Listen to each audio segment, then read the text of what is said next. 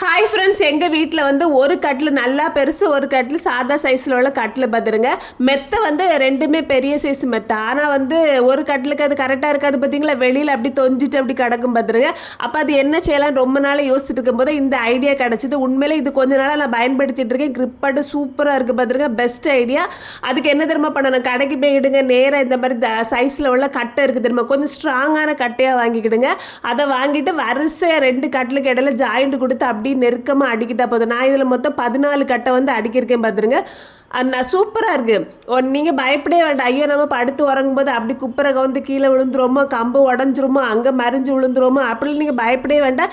ஏன்னா இந்த கட்டை கொஞ்சம் கூட அசையவே செய்யாது. ஏன்னா மெத்தைக்கு 2 கட்டிலுக்கும் மெத்தைக்கும் கீழே இருக்கிறனால அந்த கிரிப் அதுக்கு தானாகவே கிடச்சிரும் பார்த்துடுங்க.